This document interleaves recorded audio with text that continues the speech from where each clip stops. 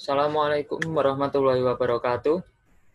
Perkenalkan, saya Arif Wahyu Buana, NIM 6101418154 dari Rombel PJKRD. Di sini saya akan menjelaskan tentang sikap dalam olahraga. Pengertian sikap. Sikap adalah suatu pikiran, kecenderungan, dan perasaan seseorang untuk mengenal aspek-aspek tertentu pada lingkungan yang seringnya bersifat permanen karena sulit diubah. Pengertian sikap menurut beberapa ahli. Menurut Bimo Walgito tahun 2001, pengertian sikap adalah meyakinkan atau pendapat seseorang terkait situasi, subjek, atau objek yang disertai dengan munculnya perasaan tertentu.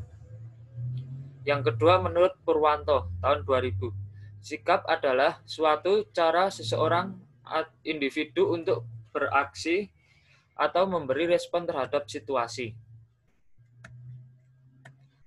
Yang selanjutnya adalah struktur sikap. Yang pertama, komponen kognitif. Komponen kognitif merupakan representasi apa yang dipercayai oleh individu pemilik sikap. Kemudian yang kedua, komponen afektif. Komponen afektif adalah perasaan yang menyangkut aspek emosional. Secara umum, komponen ini disamakan dengan perasaan yang dimiliki terhadap suatu hal atau objek. Yang ketiga, komponen konatif. Komponen konatif merupakan aspek kecenderungan berperilaku tertentu sesuai dengan sikap yang dimiliki seseorang.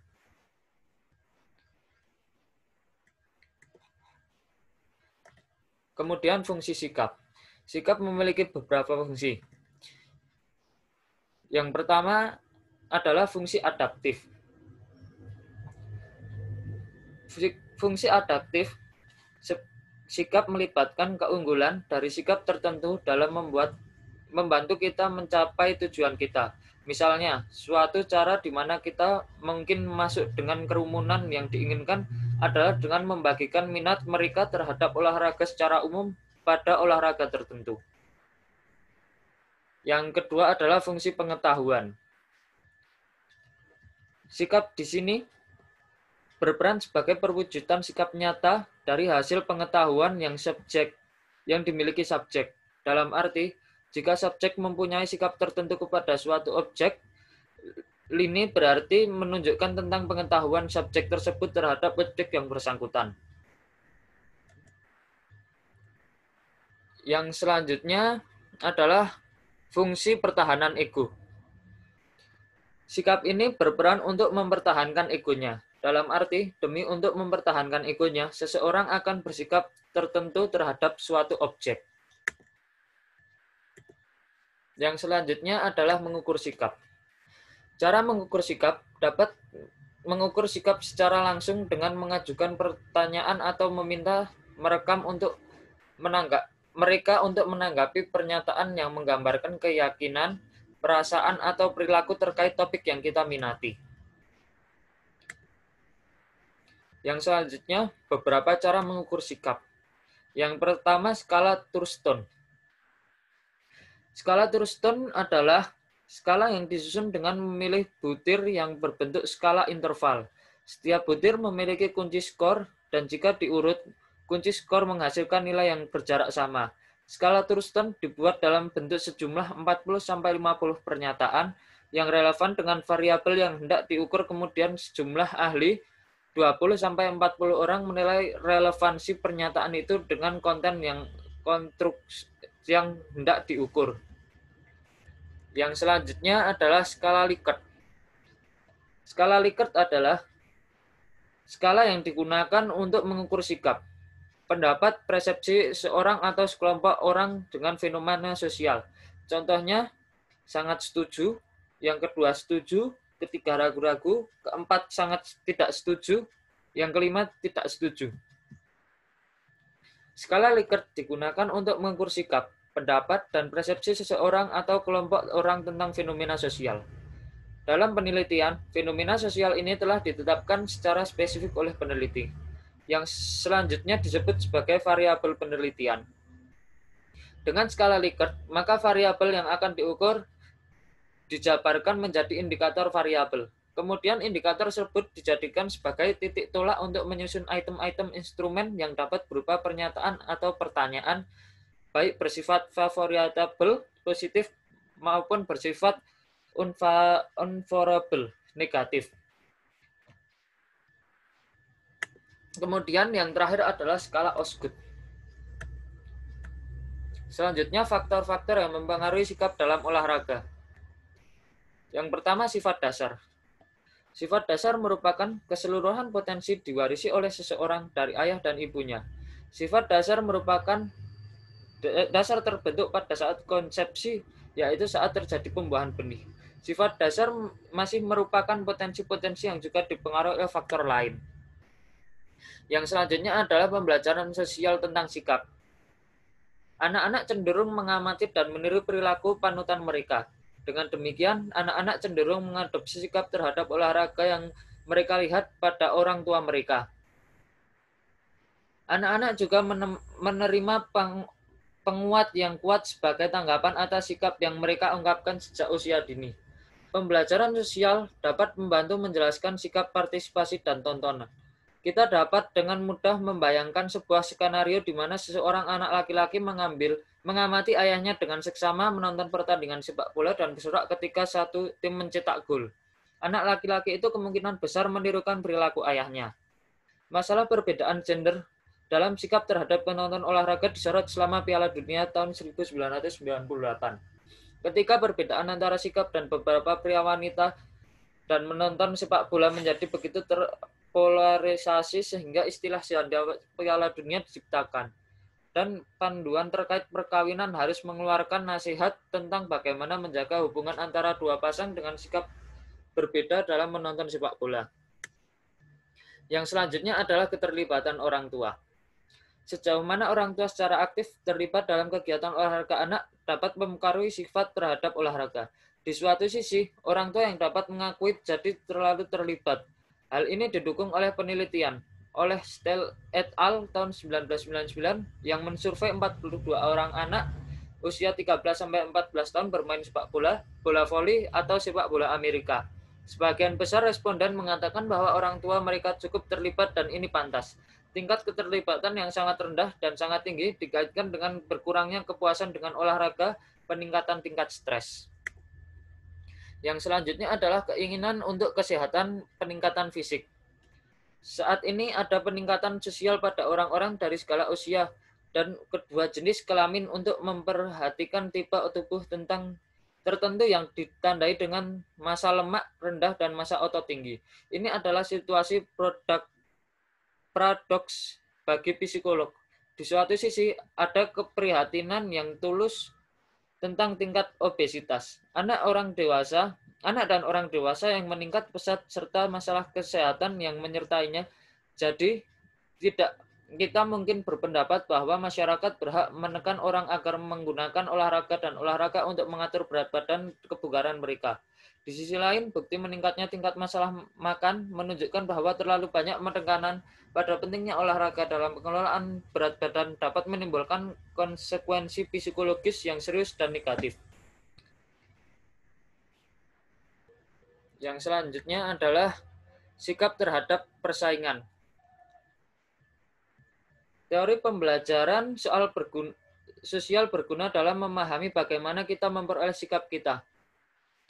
Teori terhadap persaingan. Ada banyak diskusi dalam beberapa tahun terakhir tentang sikap Inggris terhadap persaingan. Di suatu sisi telah ditunjukkan bahwa Inggris mungkin kurang termotivasi untuk menang daripada budaya lain karena filosofi bukan kemenangan yang diperhitungkan, tetapi keikutsertaan.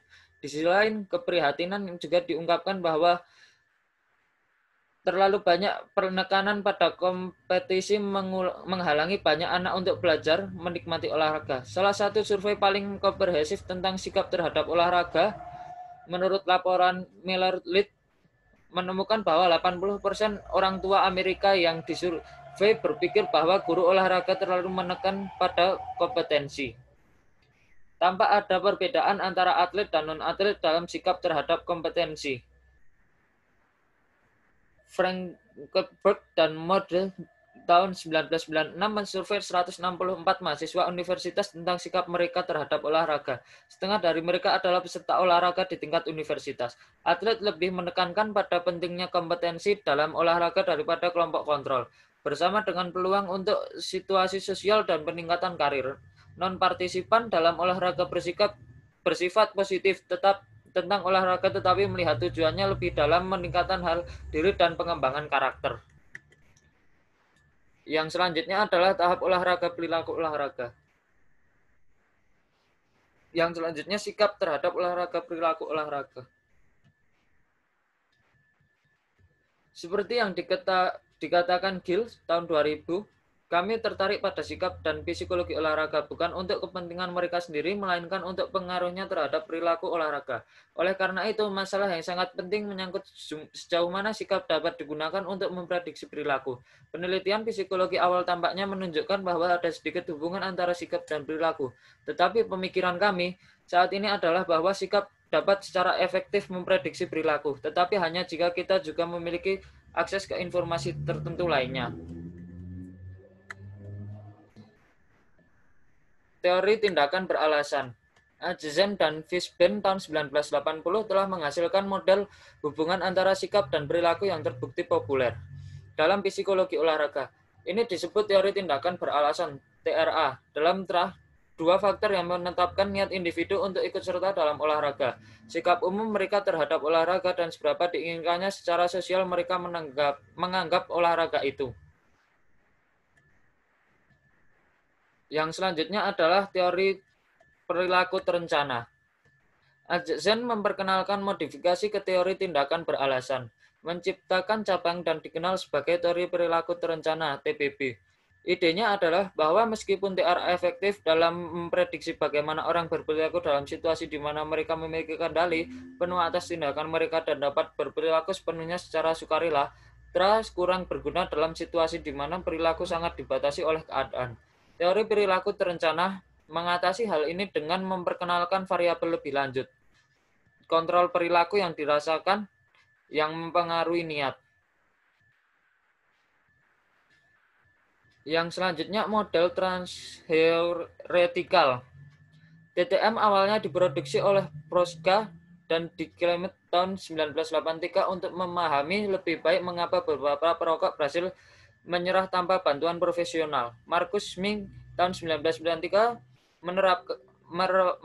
menerapkan untuk memahami proses di mana seorang mengambil dan mempertahankan perilaku olahraga atau latihan.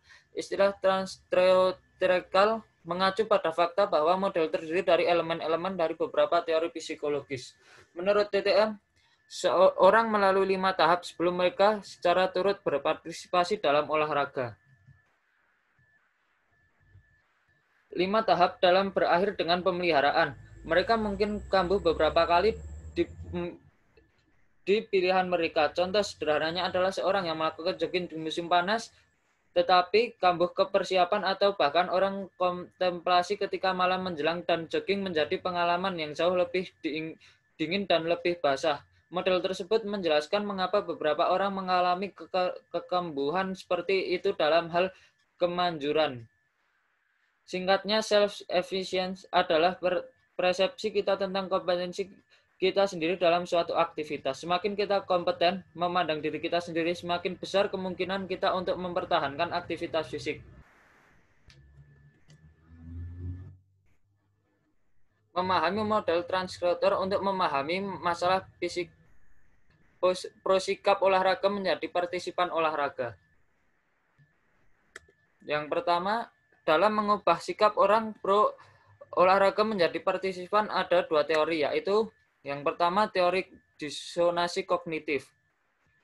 Teori kognitif adalah sensasi tidak menyenangkan yang kita alami ketika suatu sikap kita pegang bertentangan dengan situasi atau niat saat ini. Misalnya kita mungkin percaya bahwa sangat penting untuk berolahraga setidaknya 3 kali seminggu untuk menjaga kebugaran kita, tetapi tidak mungkin dapat berolahraga seminggu depan.